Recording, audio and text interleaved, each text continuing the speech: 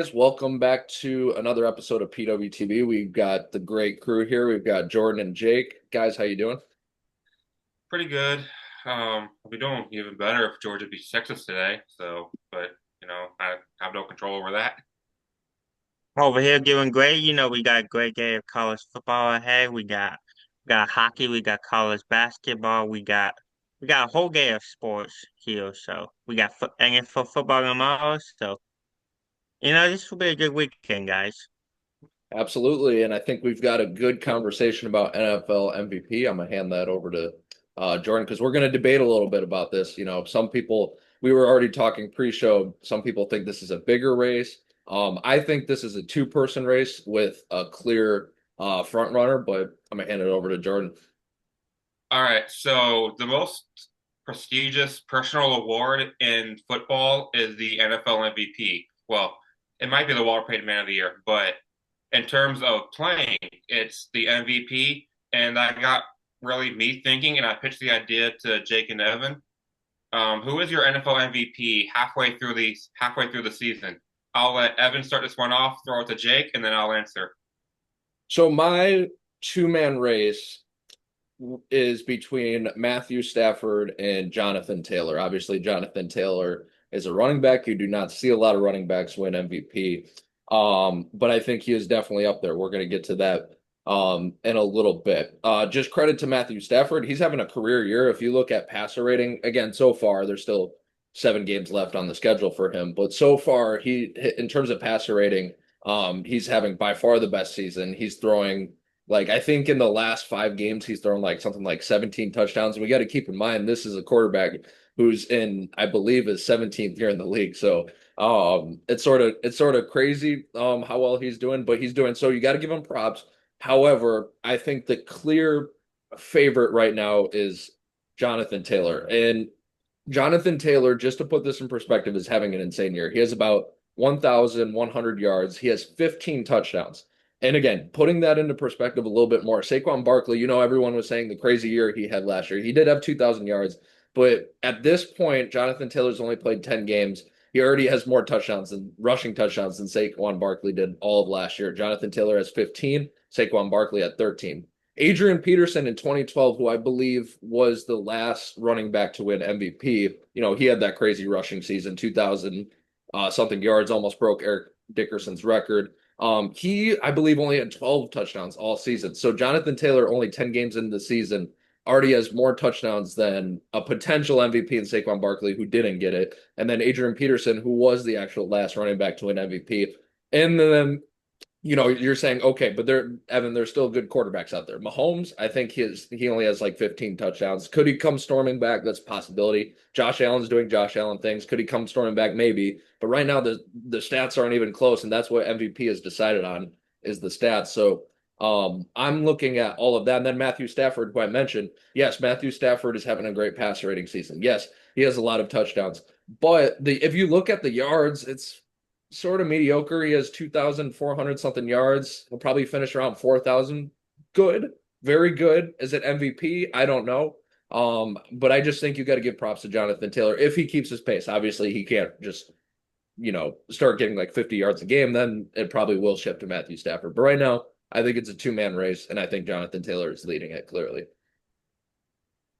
Yeah, so I think when you talk about MVP, obviously you got a lot of deserving candidates for MVP. You got Sam Darnold out of Seattle. You got Matthew Stafford in LA. You got Christian McCaffrey over in San Francisco. And then, like Evan said, like you said, Evan, you got Jonathan Taylor in Indianapolis. I think, however, though, when you seriously look at it, I think the MVP, I think this is a one-man race. I think the MVP goes to Sam Darnold. I think that, he's obviously Seattle hasn't been really good these past couple of years. And then you get a quarterback like in Sam Donald, and then you're tied for first in your division. You get a quarterback like Sam Donald. Sam Donald's playing out of his mind right now. He's got a couple weapons on the outside, Jackson Smith and the Jibba, and a couple more weapons on the outside.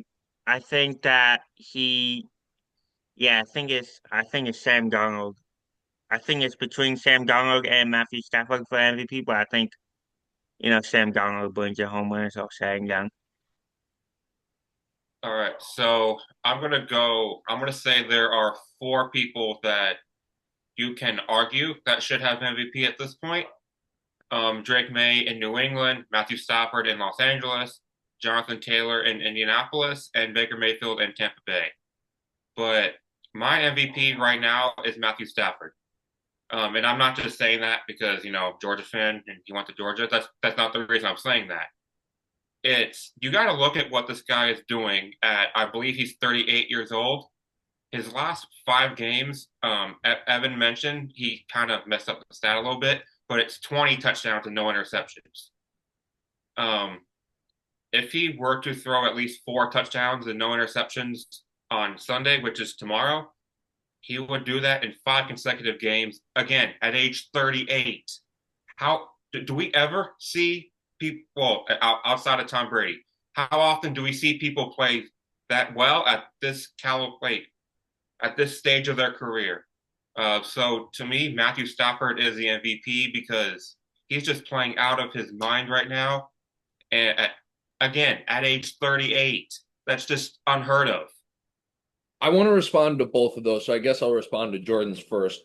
So Matthew, I think if Matthew Stafford obviously keeps that pace, let's say he throws like he keeps not throwing interceptions, he gets 40 plus touchdowns, he's going to win. We all know that. It's turned, the joke is it's turned into a quarterback award. And he'll win if he gets that, and rightfully so. I mean, that's an amazing season. I'm just saying if you're asking right now based on the stats, and if Jonathan Taylor keeps his pace, I would personally take Jonathan Taylor. But that's why Matthew Stafford's in my race because those are the two people I potentially see. So I just see it differently of like who would be winning right now, but Stafford is definitely there for sure. Yeah, I definitely think Jonathan Taylor's had a great year. Unfortunately, he did what he's been doing all year to my Falcons. He had three total touchdowns. I believe one of them was receiving. So I got a glimpse firsthand of his MVP candidacy. And also, we actually play the Rams later on this year. So I'll be able to see Matthew Stafford in person, not really like in person, but like up close. So that'll be interesting to me if my decision changes at all.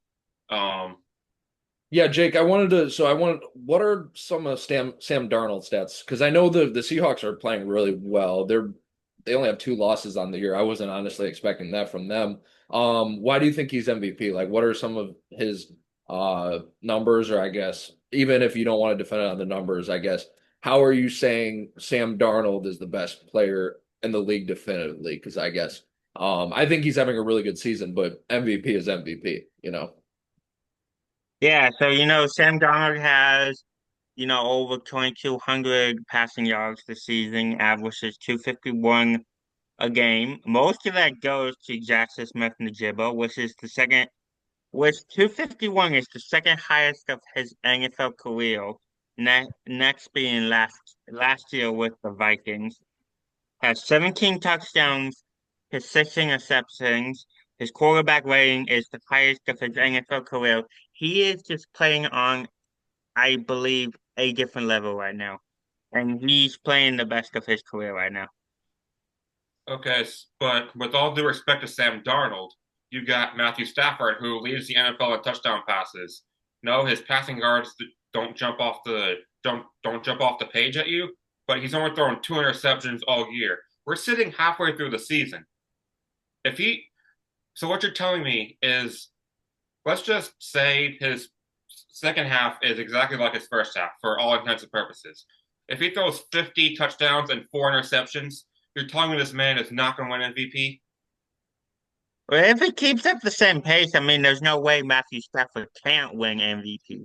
I'm just saying that, obviously if Sam Darnold, keeps up his same pace, and then Matthew Stafford kind of slows down a little bit the second half of the season. If he does, then the MVP should go to Sam Darnold.